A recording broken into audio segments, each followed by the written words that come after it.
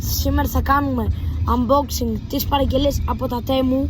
Πάμε τώρα συγκεκριμένα στα Box Now της Ραφίνας, στο Lidl εκεί πέρα. Λοιπόν, τα λέμε εκεί. Μόλις φτάσαμε τώρα. Λοιπόν, ελάτε να το πάρουμε. Μόλις άνοιξε τώρα. Είναι όλο αυτό εδώ. Ωραία φίλε. Το κλείνει αυτό τώρα. Λοιπόν, τα πήραμε. Τα ανοίγουμε μετά από 10 ώρες. Δεν άνοιγε. Ρε πόσα έχει ρε. 10 είναι. 10 τα μαχαιράκια. Ρε εγώ νόμιζα πήρα ένα και πήρα 10. Τέλειο αυτό. Και τη θήκη τη βλέπετε νομίζω από το καθρέφτη εδώ πέρα. Η θήκη πολύ καλή και αυτή. 30 ευρώ την πήρα, εντάξει μην τη χάσω. Λοιπόν, και τι άλλο έχω αγοράσει, τι είναι αυτό. Ναι. Μην με βρίσετε.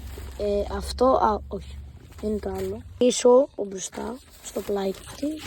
Έχει πλάκα, πολύ πλάκα. Μπλούζα 6-7. Δεν ξέρω αν είμαι χαζός. Πήρε και αυτό εδώ πέρα. Δεν το έχω βάλει και πολύ καλά. Βρίστε με. Σφυρίχτρα και κόκκινη κίτρινη κάρτα. Το έχω πάρει για έναν αγώνα. Για να δούμε σφυρίχτρα, για να δούμε πριν. Καλή. Και μια άλλη βλακεία. Αυτό εδώ πέρα.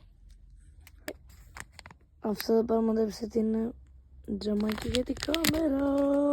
Like και εγγραφή και άλλα τέτοια βίντεο μάγκες.